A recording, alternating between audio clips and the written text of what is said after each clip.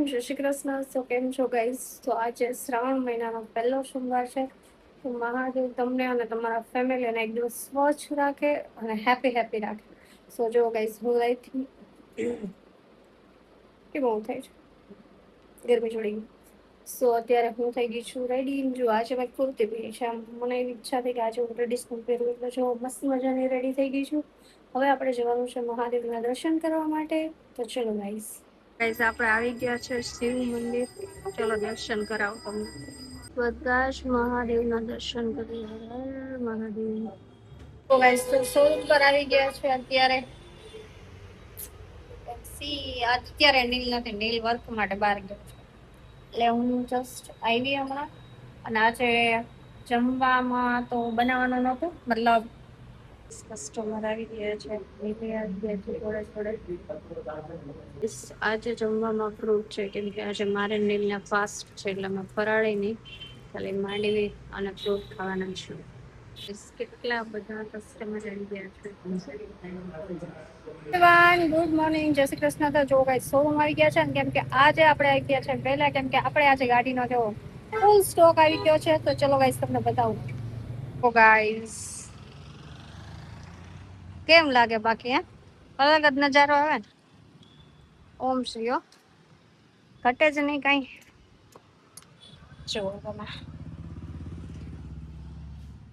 Hello નીલ. નીલ, જોવ તો ખરા. ખોલો જાદુઈ પિટારા. આજે 2-3 દિવસે ખોલ્યો નહીં આપણે જાદુઈ પિટારો. મારું ફેસ તો હર વખતે બતાવે જ નહીં. એવી રીતના જો માર ये थोड़ा सा है ना આની અંદર રેન પડે. બંધ કરી દઈશ હું કેમેરો. કલાક કહી દઈએ ટિફિન ખોલવામાં. જો ભાઈ, એને મગજ આઈ કોઈ જોવો બધાય.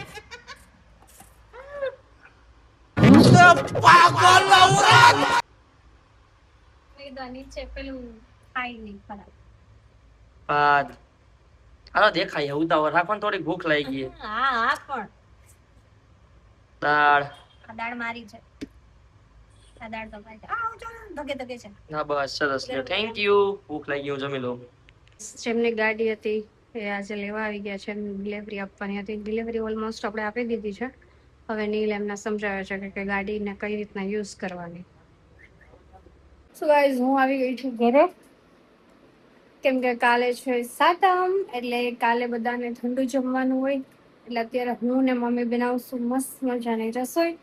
ચલો તમે જોડે શેર કરીશ. તો પેલા આપણે ચેન્જ કરી લઈએ. આ બલૂન છે ને, એવું કહું કે મારા બર્થડે ટાઈમના છે. મારા બર્થડે ને 1 મંથ તો થઈ ગયો, પણ આમાં કાંઈ નથી થયું. બોલ કેવા મજબૂત છે. આ કેમ મુરઝાઈ ગયું છે? હાય કીધું. હાય યુટ્યુબ ફેમિલી. તો આવી રહી આમ જો મેં કેવી લાઈન કરી 3 1 2 3 4 અને 5. ચલો ગાઈસ, પહેલા આપણે ચેન્જ કરી લઈએ. તો ગાઈસ, આપણા છે ને આ ગયડા થેપલા તૈયાર થઈ ગયા છે. પછી ખુલી જા ખોલીને બતાવું. થઈ ગયા છે. અમે આ થઈ ગયા છે આપણા મેથીના થેપલા અને ગયડા થેપલા. કોને કોને આજે ઠંડુ કાલે જમવાનું છે, મતલબ આજે કોને કોને બનાવ્યું છે કમેન્ટ કરજો. અને અત્યારે બની રહ્યું છે કેળાનું ફરાળ, કેમ કે મમ્મીને ફાસ્ટ છે.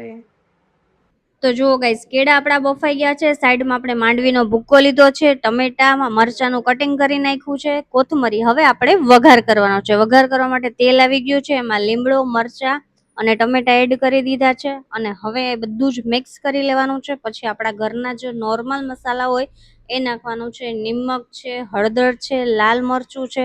એ પછી આપણા બાફેલા જે કેળા હતા એની અંદર એડ કરી એની અંદર આપણે નાખશું માંડવીનો ભૂક્કો, પ્લસ અડધી ચમચી જેટલી ખાંડ, અડધું ફાડું જેટલું આપણે લીંબુ નીચવી નાખશું અને બધું મિક્સ કરી અને ચડવા દેવાનું છે. અને જો ફાઇનલી આપણો કેળાનો ફરાળ રેડી થઈ ગયો છે.